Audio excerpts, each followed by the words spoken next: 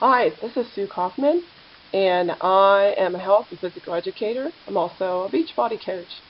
And on my blog, if you've been following, I recorded what I ate for 15 days.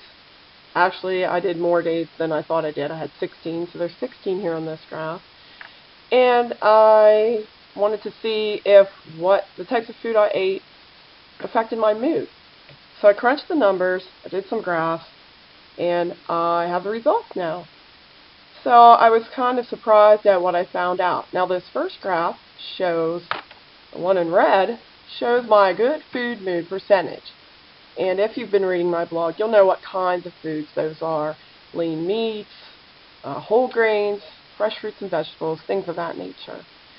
So kept track of the percentage of good mood food I was eating. So here you can see 80%, 70, down to 45, and you can kind of get a feel for what percentage I was getting there in the red.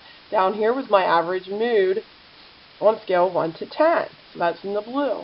So here is 8.4, 7.5, and onward. Now you can kind of see from these bar graphs that these don't really correlate that closely.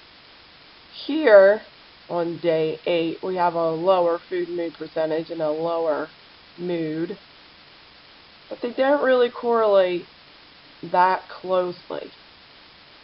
Now when you take a look at the next panel, you'll see what this one and this one did correlate to, which was my amount of sleep I was getting and my energy level. And I just kept track of those kind of as an afterthought, and it turned out that it was kind of the key to everything. So in a few seconds you'll see that panel and you'll get to see the results. See you in a minute.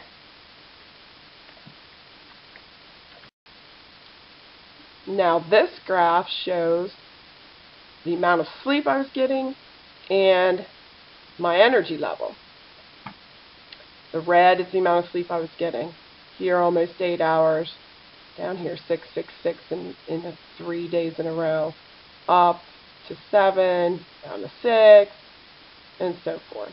And you see after 3 days of only 6 hours of sleep, what happens to the energy level. All the way down here. And then after some more sleep it goes up, and then and these correlate very closely as to how much sleep I was getting. If you remember, I showed you day 8 was low on the mood scale, dropped after 6 hours of sleep 3 days in a row. So the amount of sleep I was getting made a big difference in my mood and my energy level, more so than the food I was eating.